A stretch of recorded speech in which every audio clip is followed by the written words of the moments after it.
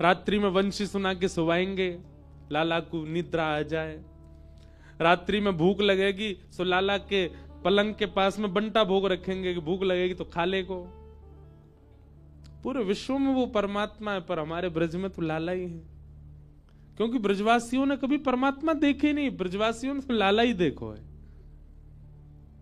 अरे ऐसो हाँ ऐसो हो ऐसो चटक मटक सो ठाकुर, तीनों लोकन हूँ मैं नाय। ऐसो चटक मटक सो ठाकुर, तीनों लोकन हूँ मैं नाय। ऐसो चटक मटक सो ठाकुर, तीनों लोकन हूँ मैं नाय। ऐसो चटक मटक सो ठाकुर, तीनों लोकन हूँ मैं नाय। लोकन हूँ मैं नाय, तीनों लोकन हूँ मैं नाय। हाँ लोकन हूँ मैं नाय, तीनों लोकन हूँ मैं नाय। हाँ लोकन हूँ मैं नाय, तीनों लोकन हूँ मैं नाय। हाँ लोकन हूँ मैं नाय, तीनों लोकन हूँ मैं नाय। हो ऐसो हाँ ऐसो हो ऐसो चटक मटक सो ठाकुर, तीनों लोकन हूँ मैं नाय। ऐसो चटक मटक सो ठाकुर, तीनों लोकन हूँ मैं नाय। हाँ ऐसो चटक मटक सो ठाकुर, तीनों लोकन हूँ मैं नाय। ऐसो चटक मटक सो ठाकुर, तीनों लोकन हूँ मैं नाय। कैसा है? तीन ठौर ते टेढ़ो दिखे, तीन ठौर ते टेढ़ो दिखे, तीन ठौर ते टेढ़ो दिखे, तीन ठौर ते टेढ़ो दिखे। नटकी सी चलगत यह सीखे, नटकी सी चलगत यह और टेढ़े नैन चलावे तीखे, टेढ़े नैन चलावे तीखे। सब देवन को देव हाँ, सब देवन को देव, तो ये ब्रज में घेरेगा हाँ। सब देवन को देव तो ये ब्रज में घेरेगा। कह रहे हैं हमारे ब्रज को रसिया है। बोले भैया सब देवन को देवता हमारो लाला, फिर भी ब्रज में कहा करे गैया चरावे। सब देवन को देव तू ये ब्रज में घेरेगा हाँ। सब देवन को देव तो ये ब्रज में घेरेगा। हो ऐसो हो ऐसो हाँ ऐसो चटक मटक सो ठाकुर, तीनों लोकन हूँ मैं नाय। ऐसो चटक मटक सो ठाकुर, तीनों लोकन हूँ मैं नाय। हाँ ऐसो चटक मटक सो ठाकुर, तीनों लोकन हूँ मैं नाय। ऐसो चटक मटक सो ठाकुर, तीनों लोकन हूँ मैं भैया हम पे पतो बड़ी कृपा भैया यार। जा महीना में ऋषिकेश में धूप निकरे ना है, लेकिन ठाकुर जी ने ऐसी कृपा करी है रोज धूप निकारी है।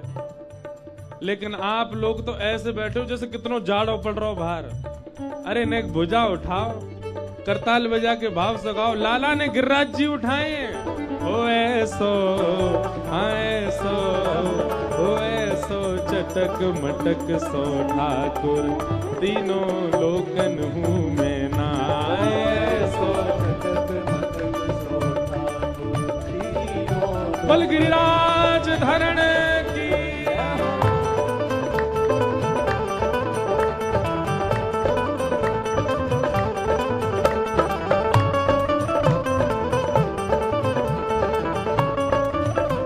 बोल नंद के लाला की।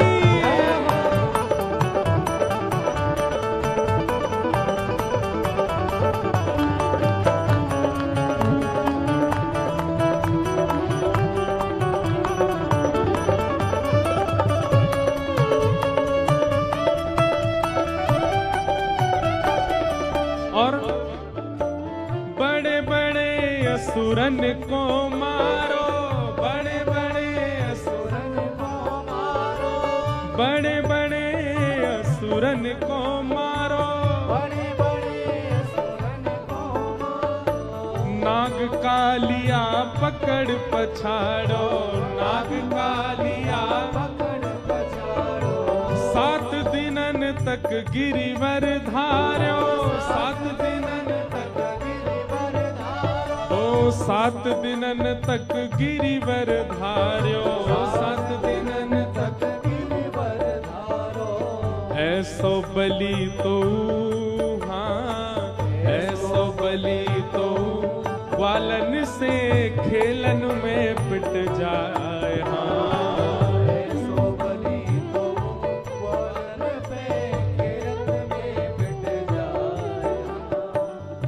कितने बड़े बड़े असुर मार दिए, कालिया नाग मार दियो, गिरिराज जी उठा लिए। कितनो बलवान हमारो लाला, लेकिन फिर भी खेल खेलते खेलते मधुमंगल श्री दामा इंत पिट जाए। ऐसो बलि तो खेलन में ग्वालन सो पिट जाए। हाँ ऐसो बलि तो खेलन में ग्वालन सो पिट जाए। ओ ऐसो, चटक मटक सो ठाकुर तीनों लोकन हूँ मैं नाय। सो चटक मटक सो ठाकुर तीनों लोकन आए। सो चटक मटक सो ठाकुर तीनों लोकन हूँ मैं नाय। सो चटक मटक सो ठाकुर तीनों लोकन हूँ मैं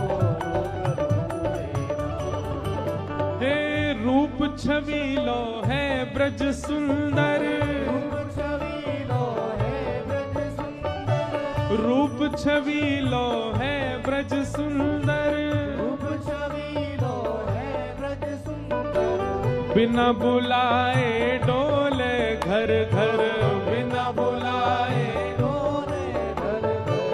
बिना बुलाए डोले घर घर, बिना बुलाए डोले घर घर। प्रेमी ब्रज गोपिन को चाकर, प्रेमी ब्रज गोपिन को चाकर।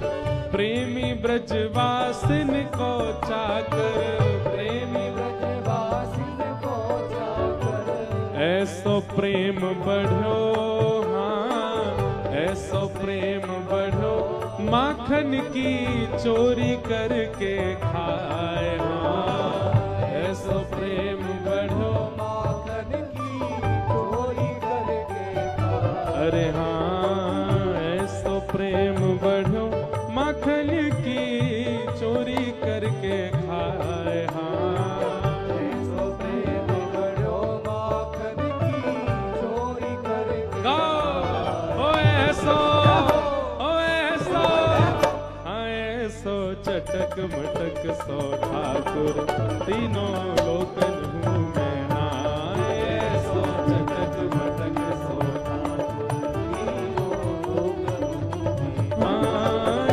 ऐसो चटक मटक सो ठाकुर तीनों लोकन हूँ मैं नाय। ऐसो चटक मटक सो ठाकुर तीनों लोकन हूँ मैं नाय। तीनों लोकन हूँ मैं नाय।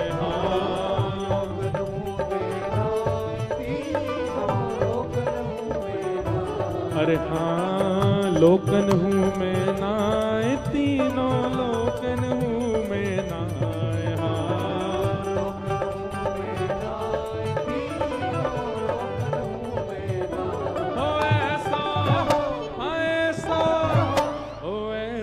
चटक मटक सो ठाकुर तीनों लोकन हूँ मैं नाय। सो चटक मटक सो ठाकुर तीनों लोकन हूँ मैं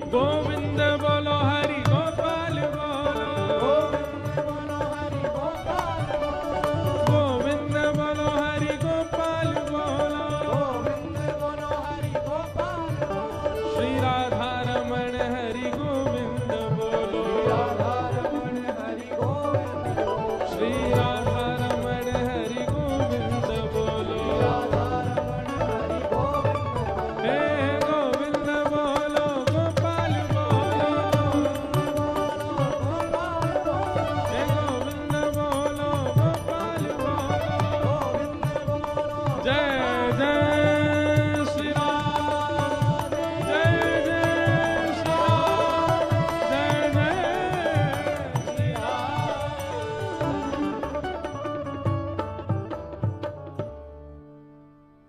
बोलो कृष्ण कन्हैया लाल की।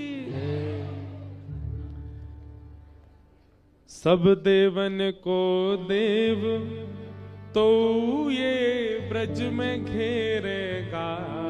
हाँ, सब देवन को देव तो ये ब्रज में घेरेगा। ऐसो चटक मटक सो ठाकुर, तीनों लोकन हूँ मैं ना। ऐसो चटक मटक सो ठाकुर, तीनों लोकन हूँ मैं। बड़े बड़े असुरन को मारो, बड़े बड़े असुरन को मारो।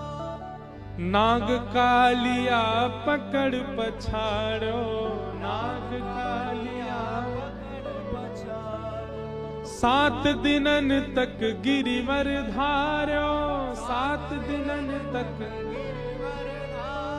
हे 7 दिनन तक गिरिवर धार्यो, 7 दिनन तक गिरिवर धार्यो।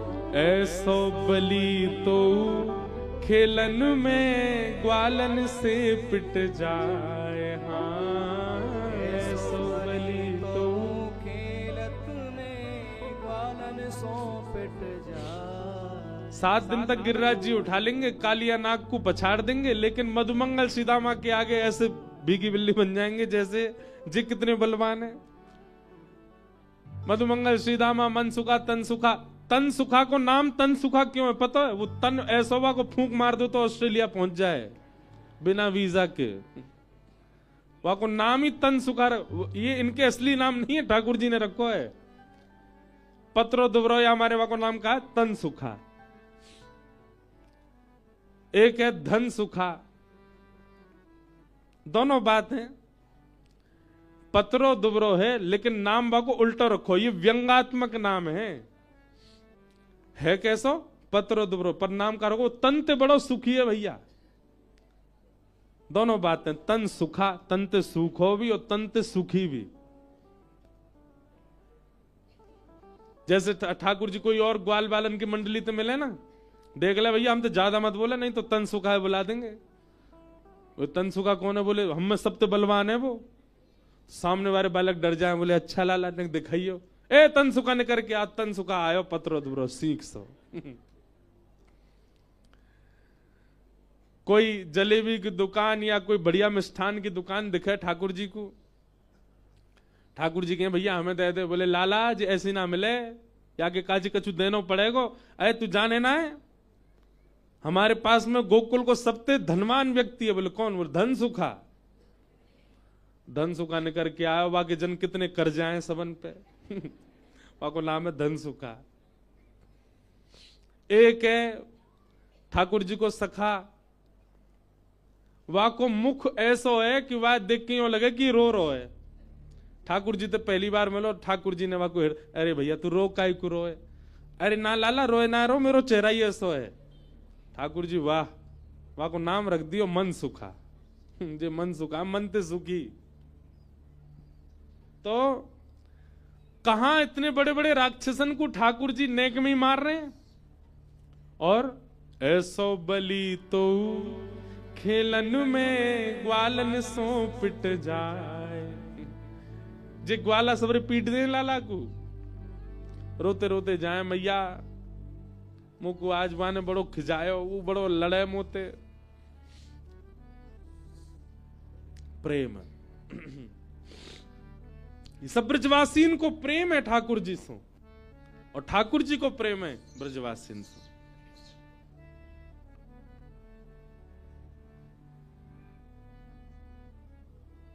प्रेम में प्रभुता छुपाई जाती है।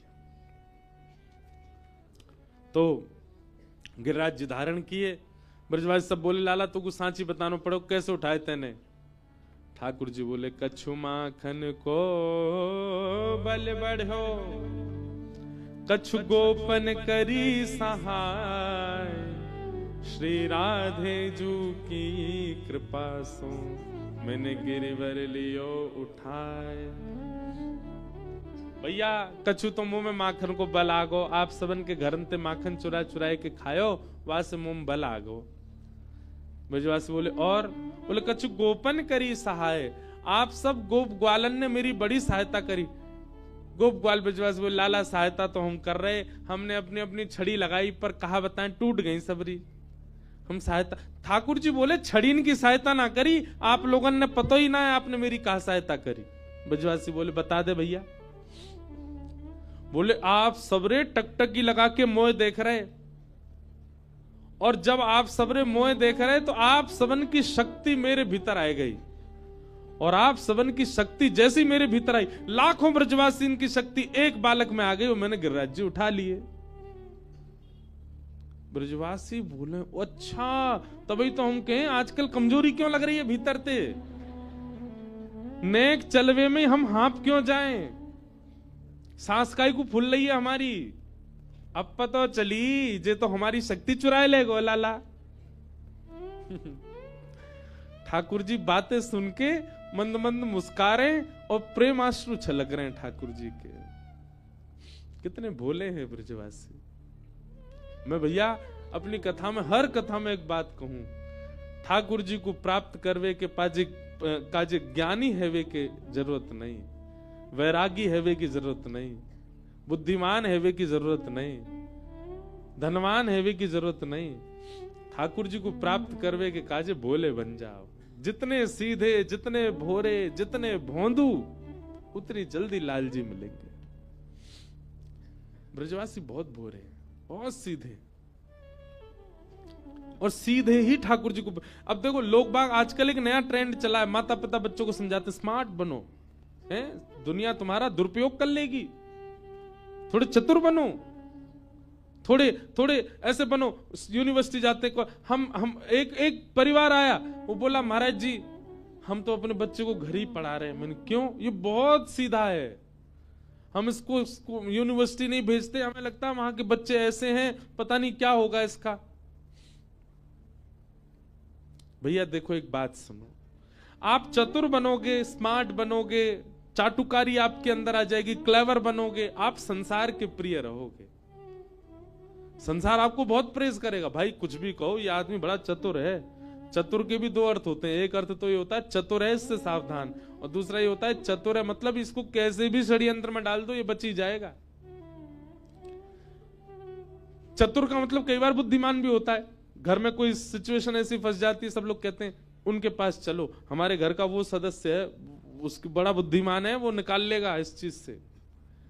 तो बुद्धिमान होना, चतुर होना, चाटुकारी होना, क्लेवर होना, स्मार्ट होना, इससे आप संसार के प्रिय बन जाओगे। पर अगर श्री कृष्ण के प्रिय बनना हो तो सीधे बन जाओ, भोरे बन जाओ। इसका प्रमाण है उद्धव जी। उद्धव जी बहुत बुद्धिमान है, बहुत ज्ञानी है। वृष्णि नाम प्रवरो मंत्री कृष्णस्य दैत सखा शिष्यो बृहस्पति साक्षात उद्धवो बुद्धि सत्तम। बहुत ज्ञानी है उद्धव, पर ठाकुर जी ने ब्रज भेजा उद्धव को। क्यों? प्रेमी बन के आया, सीधा बन के आया, भोला बन के आया, तब द्वारिका लीला में उद्धव को साथ रखा भगवान ने। तो आपके मन में यदि इच्छा है दुनिया प्रेज करे, मैं सबका प्रिय बनूं, चतुर बनूं, खूब क्लेवर बनूं, पर आपके मन में इच्छा अगर एक ही है कि ठाकुर जी रीझ जाए, मैं श्याम सुंदर से मिलना है, वो उनका मैं सखा बन जाऊं, उनका मैं मित्र बन जाऊं, उनसे मेरा कोई संबंध हो जाए, तो सीधे बन जाओ, सीधे हो जाओ। ठाकुर जी को नदियां प्रिय हैं, कितनी सीधी होती हैं, कुछ भी डाल दो। हम लोगों ने क्या दुर्गति कर रखी है। यमुना जी, कल गंगा आरती में गया था परमार्थ, महाराज जी से रात्रि में चर्चा हुई बैठ करके मैंने महाराज जी को अपनी एक वेदना बताई। मैंने कहा महाराज जी बोले आप तो ब्रजवासी हैं, आप तो अच्छे। तो मैंने कहा कल आएंगे महाराज जी कथा में। तो मैंने महाराज जी से कहा महाराज जी ब्रजवासी हैं, ब्रज में जन्म हुआ है, पर पिछले 10 सालों से मैंने भी यमुना जी का आचमन नहीं किया। हम कर ही नहीं सकते, ऐसा स्वरूप हो गया यमुना जी का।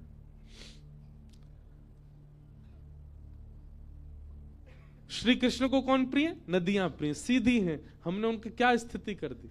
नदियां कितनी सीधी होती हैं, सबको जल देती हैं। कभी आपसे कहती हैं एक कट्टी भर के ले जा रहे हो हमारे ऊपर से, देके तो जाओ हमको कुछ। गंगा जी कुछ कहती हैं? आप नहा करके अपने सबरे पाप धो जाओ, कपड़ा फेंक जाओ, गंगा जी सब स्वीकार कर लेंगे। कितनी बोली है। नदियां सीधी हैं इसलिए ठाकुर जी को प्रिय, वृक्ष सीधे हैं इसलिए ठाकुर जी को कुंज प्रिय, गैया सीधी है इसीलिए ठाकुर जी गोपाल कहलाए, पृथ्वी सीधी है, सब चलते हैं, सब उछलते हैं, सब गंदा करते हैं इसको, फिर भी कुछ नहीं कहती, शांत रहती। हाँ, ये सब अपने संपूर्ण 100 वर्ष के यातनाओं का उत्तर एक ही बार में दे देते हैं। और ये भी प्रकृति नहीं देती है, ठाकुर जी दिलवाते हैं इनसे। अगर इनके अंदर बदला लेने की इच्छा होती तो हर दिन बदला लेती प्रकृति हमसे, पर नहीं। जब 100 साल में इतना कुछ हम कर चुके होते हैं तब ठाकुर जी आड़े लेते हैं, बोले तुम पीछे हटो, हम आते हैं। इन लोगों ने इतना बुरा कर रखा है तो पर्वतों पर कुछ होगा, नदियों में कुछ होगा, पृथ्वी पर भूचाल आएगा। लेकिन ठाकुर जी का जिससे भी संबंध है आप सबको उठा के देख लो, सब भोले हैं, सब सीधे हैं, सब शांत हैं, सब सरल हैं, सब निर्मल हैं।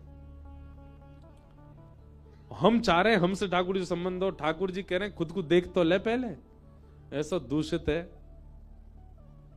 सीधे बनो, सरल बनो।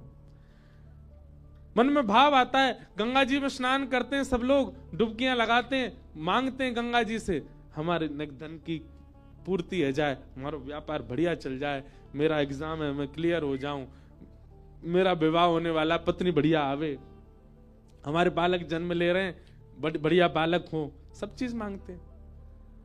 पर पता नहीं क्यों मेरा मन होता है ये संसार मत मांगो, ये तो आपको मिलेगा, जो लिखा है सब मिल ही जाएगा, आपके कर्तव्यों से मिलेगा। आप गंगा जी से, आप देवताओं से, आप इन दैवी वस्तुओं से ये मांगो, एक डुबकी लगाओ, मैं सरल हो जाऊं, मैं सहज हो जाऊं, मेरे अंदर से चतुराई चली जाए, मुझे लोगों को देख करके ईर्ष्या होती है, मेरी ईर्ष्या दूर करो, मेरा क्रोध कम करो, मेरे अंदर कामुकता बहुत ज्यादा है, कम करो, अपने व्यवहार स्वभाव को बदलने की बात करो ना। वो तो कोई नहीं मांगता यहां पे। कभी किसी मनोकामना पूर्ण मंदिर में देखा किसी ने इस भाव से वो कपड़ा या नारियल बांधा है कि मेरा स्वभाव थोड़ा प्रिय हो जाए? कोई नहीं कहता। जो बदलना चाहिए, जो मांगना चाहिए देवताओं से, वो तो कभी नहीं मांगते हम। एक आप लोग अगर इधर जाएंगे ना, क्या कहते हैं, नैनीताल से ऊपर कमाऊ क्षेत्र, ये पौड़ी गढ़वाल है, वहां कमाऊ क्षेत्र में एक देवता हैं, उनका नाम गोलू देवता क्या नाम है? गोलू देवता। दर्शन किए मैंने उनके। गोलू देवता के मंदिर में आप जाओगे, 2 ही चीज मिलेंगी आपको, एक तो पत्र और दूसरे घंटी। कम से कम लाखों करोड़ों की तादाद में वहां पत्र बंधे होंगे, लोग बाग उनके साथ हुई घटनाओं को लिख देते हैं, हमारे साथ इसने ऐसा किया, ऐसा किया, ऐसा किया, और ये बहुत बुरा हुआ, और फिर उसको वो पत्र को वहां टांगे आते हैं, तो गोलू देवता उसका न्याय करते हैं। अगर आप गलत होगे तो आपको ही दंड मिलेगा, और यदि आपके संग किसी ने गलत किया तो उसको दंड मिलेगा, और आपकी मनोकामना पूरी हो जाती है। मतलब जिसका आपने नाम लिखा वो, उसको अगर दंड मिल जाता तो वहां घंटी चढ़ाते हैं लोग, गोलू देवता। ऐसा कहते हैं वहां के राजा थे वो न्याय देते थे सबको। जब राजा के प्राण जाने लगे तो फिर लोग बाग चिंतित हो गए, रोने लगे कि अब राजा चला गया, अब हमको न्याय कौन दिलाएगा। तो अपनी प्रजा के रुदन को देख करके राजा ने एक रूप धारण कर लिया देवता का। बोले मैं हमेशा अज्ञात रूप से यहां रहूंगा, आप सबको न्याय दिलाऊंगा। वहां वो न्याय दिलाते हैं सबको। पर वहां कभी किसी ने जाकर के अपनी शिकायत तो नहीं लिखी होगी, मैंने ऐसे ऐसे के संग गलत किया है गोलू देवता, मैंने उसके संग बुरा किया, मैंने ऐसा कर दिया। कोई अपनी बात क्यों नहीं रखते हो आगे?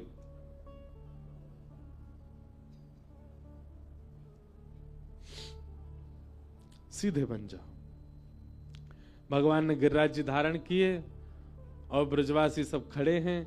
7 दिन 7 रात्रि तक ठाकुर जी ने नख पर गिरिराज जी धारण करके रखे। और 7 दिन बाद जब इंद्र को पता चला कि ये परमात्मा है, अब इसमें भी विषय तो बहुत बड़ा है, आज हमको रुक्मणी विवाह करना है, कि प्रश्न उठता है क्या इंद्र को भगवान ये नहीं पता चला कि ये भगवान है? 7 वर्ष का बालक 21 किलोमीटर लंबे चौड़े गिरिराज पर्वत को धारण करके खड़ा है। इंद्र को यह बात पता नहीं चली कि यह सामान्य बालक नहीं हो सकता। इस पर हम सब की दृष्टि कभी नहीं गई। हम सब तो हमेशा ये सुनते आए, कहते आए कि भैया 7 दिन तक ठाकुर जी ने गिरिराज जी, इंद्र को पता नहीं चला भाई ये बालक नहीं कर सकता, ये निश्चित ही कोई परमात्मा है। ये बात पता चली किसको?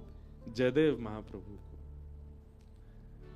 हमारे भारत में 1000 वर्ष पहले एक आचार्य हुए बंगाल में, जिनका नाम था श्री जयदेव। और जयदेव महाप्रभु ने ठाकुर जी की लीलाओं को गीत में, संस्कृत के गीतों में गाया, जिसको कहते हैं गीत गोविंद। अष्टपदियां हैं, उन्हीं अष्टपदियों में एक पद श्री जयदेव महाप्रभु गाते हैं। मैं कथाओं में गाता हूं, बहुत लोग गाते हैं उसको। उसी अष्टपदी के एक पंक्ति में श्री जयदेव महाप्रभु कहते हैं, ठाकुर जी आपने इतने बड़े गिरिराज जी उठाए, इंद्र को पता नहीं चला कि आप परमात्मा हो? भगवान जगन्नाथ जी बोले हां पता चला ही नहीं होगा। जयदेव महाप्रभु बोले ऐसा हो ही नहीं सकता। नन्हा सा बालक, 7 वर्ष का बालक कितना बड़ा होता, छोटा सा, और वो इतने बड़े गिरिराज पर्वत को लेके, चलो मान लीजिए 1 आध घंटा खड़ा हो गया तो भी चलो मान लिया कि कोई टोना होगा, कोई टोटका होगा, कोई देवता की शक्ति होगी। 7 दिन 7 रात्रि तक ऐसे ही खड़ा रहा। अरे वो बालक नहीं हो सकता। ब्रजवासियों को तो हम चलो मानते हैं कि उनके अंदर प्रेम बहुत है, वो भोले बहुत हैं, उनको नहीं दिखा।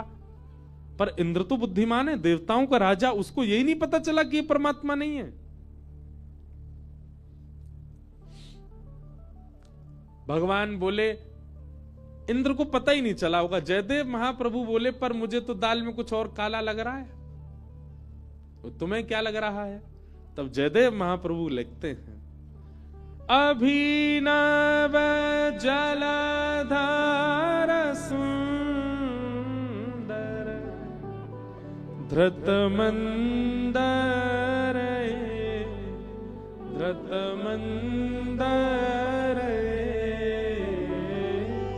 श्रीमुख चंद्र चकोर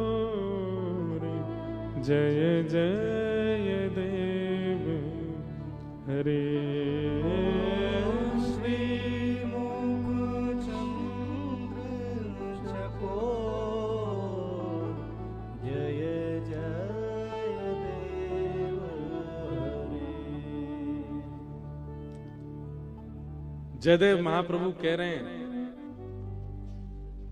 अभिनव जल के समान नील वर्ण के श्री कृष्ण ने इतने बड़े गिरिराज पर्वत को धारण किया और 7 दिन 7 रात्रि तक इंद्र वर्षा ही करते रहे, उनको पता नहीं चला ये परमात्मा है।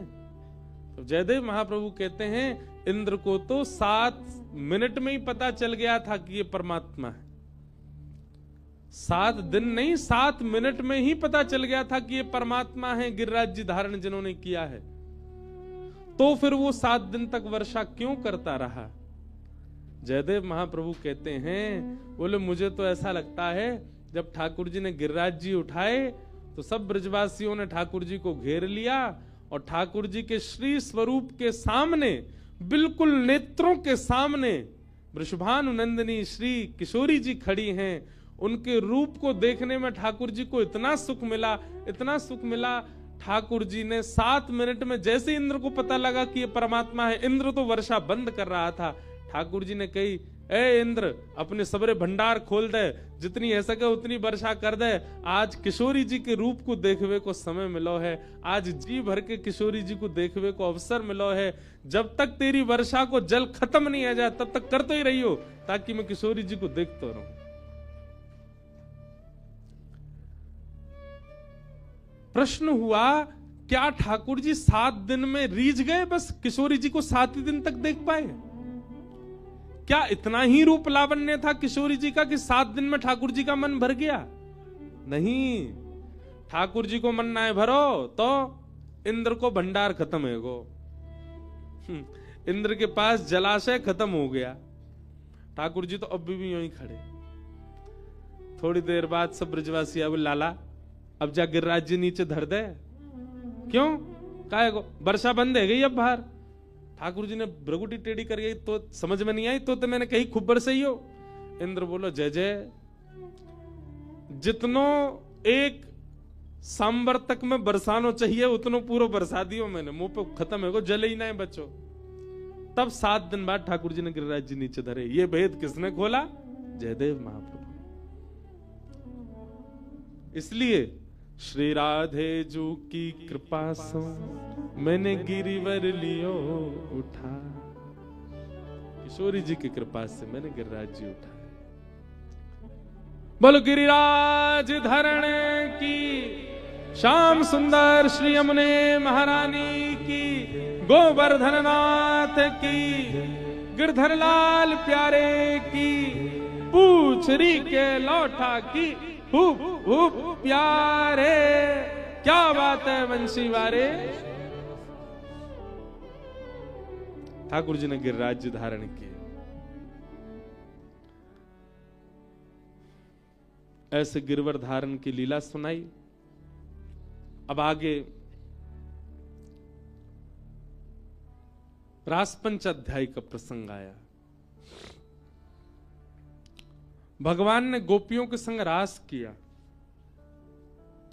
अब विस्तार में ज्यादा नहीं करूंगा, पर थोड़ा सा भाव कहूं। मैं हर कथा में ही कहता हूं, रस और रास ये 2 शब्द हैं। रस का अभिप्राय होता है, बहुत ध्यान से सुनिएगा, रस का अभिप्राय होता है आप भगवत मिलन की इच्छा रखते हो, वो रस है। पर ठाकुर जी आपसे मिलन की जब इच्छा रखते हैं, वही रास है। हम स्वयं का निर्माण ऐसा करें, स्वयं की भक्ति ऐसी करें, स्वयं का भजन ऐसा करें, स्वयं का जीवन ऐसा बना लें कि ठाकुर जी इच्छा रखें मुंह से मिलवे की, वही रास है। आज रास का प्रसंग आया। गोपियां अब उस स्थिति में आ चुकी हैं, ठाकुर जी उनसे मिलने का मन बना रहे हैं। भगवान पिता रात्रि शरदोत्फुल्ल मल्लिका विक्षरंतुम मनश्चक्रे योग मायाम उपाश्रित। स्पष्ट लिखा है रासपंच अध्याय में, गोपियों ने ठाकुर जी के संग रास करने का मन बनाया। ये एक पक्षीय बात है, पर यहां स्पष्ट श्री शुकाचार्य जी कहते हैं, भगवान पिता रात्रि शरदोत्फुल्ल मल्लिका विक्षरंतुम मनश्चक्र। ठाकुर जी ने मन बनाया गोपियों के संग रास करने का।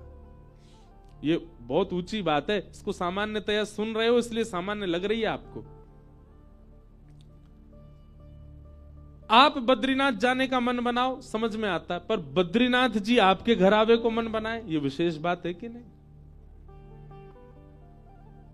आप वृंदावन जाओ, एक बात है, पर अब देखो एक और बात समझो। आप गंगा जी के पास आओ, ये रस है, और गंगा जी आपके पास आ जाएं, ये रास है। ये रास किसके साथ हुआ? भगीरथ जी के साथ हुआ। भगीरथ जी के बुलावे पर, उनकी पीढ़ियों के आवाहन पर श्री गंगा जी जहां जहां से भगीरथ जी लेके गए, तहां तहां से गंगा जी चलती चली गई। उनके साथ रास हुआ। हम लोग केवल रस का अनुभव कर पाते हैं, हमारे साथ रास नहीं हुआ है।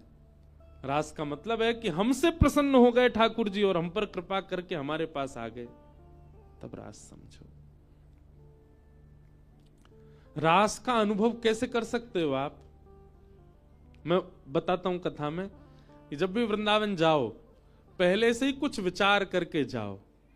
वृंदावन जाएंगे तो मौसम ऐसा होगा, वृंदावन जाएंगे तो वायु ऐसी बह रही होगी, वृंदावन जाएंगे तो श्री बिहारी जी के दर्शन करने जाएंगे, वहां ऐसी भीड़ होगी, लोगों के मुख से ऐसे नाम प्रकट हो रहे होंगे।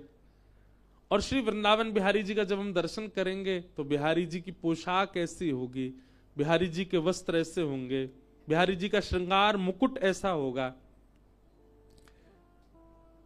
वृंदावन में हमको ये पाने को मिलेगा, हम स्वयं नहीं जाएंगे पाने, कोई हमको दे जाएगा कि लो ये पालो। ऐसा ऐसा आपने कुछ विचार कर लिया और वो सब विचार किया जो एक प्रकार से असंभव जैसा है, जो आपको पता ही नहीं है, वो आपने विचार कर लिया। अब जब आप वृंदावन गए और वहां आपकी विचार की हुई वस्तुएं मैच होने लग जाएं तो समझ जाना आपके संग रास हुआ है, आपके संग रास हो रहा है। रस और रास, रस में प्रयास आप करते हैं और रास में प्रयास ठाकुर जी करते हैं। यही है रस में और रास में अंतर।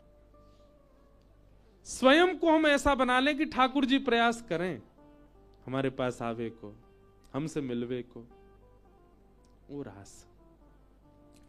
गोपियों ने अपना ऐसा निर्माण किया, सब गोपियां आनंदित हो गईं।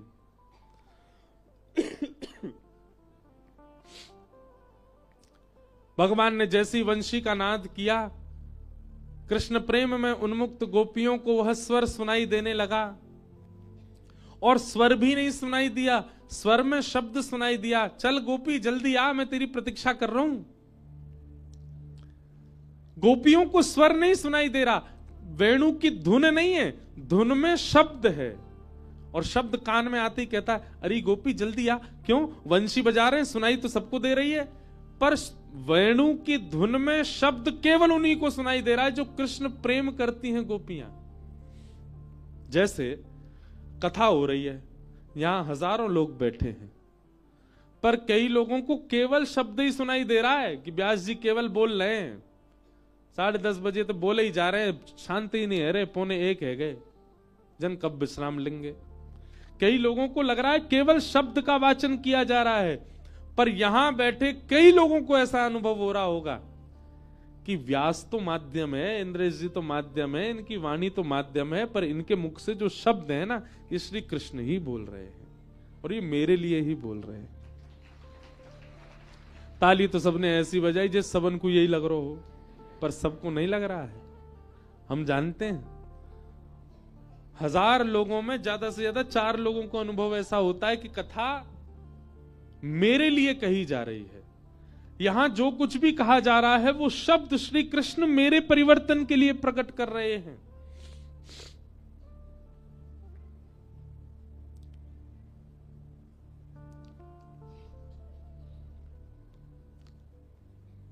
और जब ऐसा अनुभव होने लग जाए, व्यास तो माध्यम है, जैसे ये माइक माध्यम है मेरी बात को आप तक पहुंचाने का, ऐसे ही आपको मैं माइक लगूं और ये लगे ये पीछे जो खड़े बोल यही रहे हैं, समझ जाओ अब रास हो रहा है, अब रास का अनुभव है। और ये रास का अनुभव सबको नहीं होता।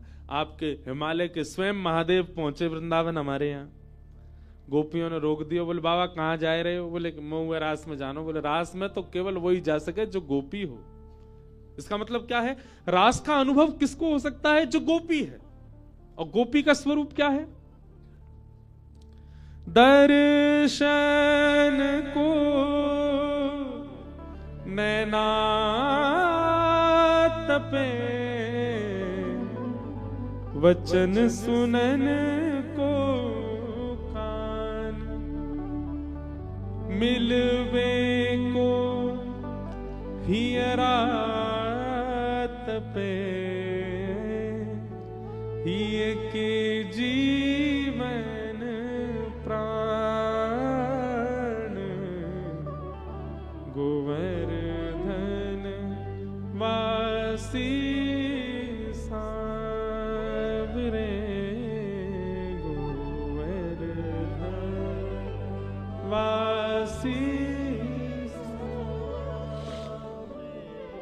ये गोपी है, जिसके नेत्र व्याकुल रहते हैं कृष्ण को देखने को, जिसकी जिह्वा व्याकुल रहती है उनके नाम को गाने के लिए, जिसके कान व्याकुल रहते हैं कथा श्रवण के लिए, जिसके पैर व्याकुल रहते हैं प्रदक्षिणा के लिए, जिसके हाथ व्याकुल रहते हैं सेवा और स्पर्श के लिए श्री कृष्ण के, उसी को गोपी कहते हैं। और हम गोपी नहीं है, हम सब गोपी नहीं है। हम बिना कृष्ण के रह लेते हैं। हमें दर्शन को ना मिले ठाकुर जी चलेगा काम, सुनने को ना मिले कथा चलेगा काम, प्रसाद ना मिले चलेगा काम, पैर प्रदक्षिणा ना करें चलेगा काम, सेवा ना हो हाथ से चल जाता है हमारा काम। हम गोपी नहीं है। गोपी कौन? जो रह ही ना पाए श्री कृष्ण के बगैर। सर्वांगीण इंद्रियों में केवल एक रस जाता है और वो रस है श्री कृष्ण, वो है गोपी। जब महादेव गोपी बने तब रास में प्रवेश मिला। गोपियां सब रास कर रही थी ठाकुर जी के साथ, तभी गोपियों को अभिमान हो गया कि हम सब परम सुंदरी हैं, इसलिए हमारी सुंदरता पर श्री कृष्ण रीझ गए। अब आप कहेंगे महाराज गोपियों के अंदर यह विकार कैसे आ गया? गोपियां तो अनन्य पूज्या हैं, गोपियां तो अनंत पूज्या हैं, फिर उनके मन में यह विकार कैसे आ गया कि हम बहुत सुंदर हैं? और जब ये विकार उनके भीतर था तो फिर ठाकुर जी ने उनके संग रास क्यों किया? बंधुओं, कई लीलाएं मुझे और आप सबको समझाने के लिए होती हैं। ये गोपियों के अंदर मान आना कि हम बहुत सुंदर हैं, ये इसलिए हुआ कि हम आप सब समझें।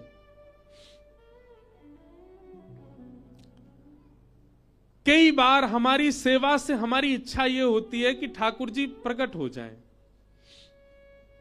मैं एक बात कथा में बता रहा था कि एक बार मैं और मेरे लाल जी, हम दोनों विदेश, अकेले मैं और लाल जी और कोई नहीं।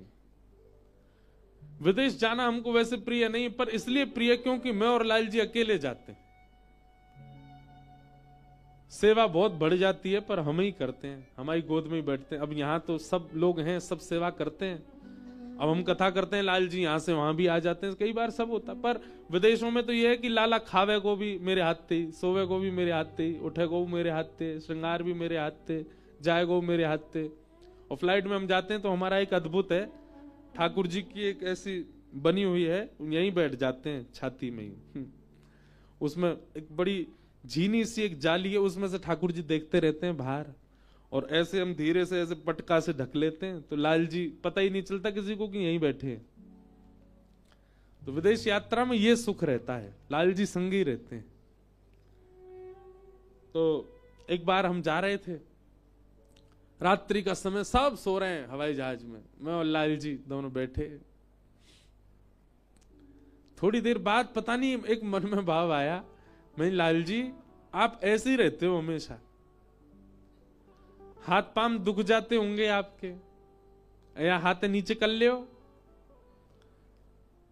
और मैं कोई तो ना कहूंगो, चिंता मत करो, मैं कोई ना बताऊंगो। आज तो कोई देख भी ना रहो आपको, मैंने इतनी सेवा करी आपकी, न एक तो प्रसन्नता दिखाए दो कि आपने हाथ नीचे कर लिया, फिर ऊपर कर लियो, एक क्षण नीचे करके फिर ऊपर कर लियो, बिल्कुल सहज हो जाओ। जैसे एक प्रेम करने वाला दूसरे प्रेम करने वाले से कहता है कि तुम सहज हो जाओ, अब मैं केवल तुम्हारा हूं, तुम चाहे मुझसे जो कहो, चाहे मुझे जो बोलो, वैसे ही मैं ठाकुर जी से बोला कि अब आप सहज है जाओ।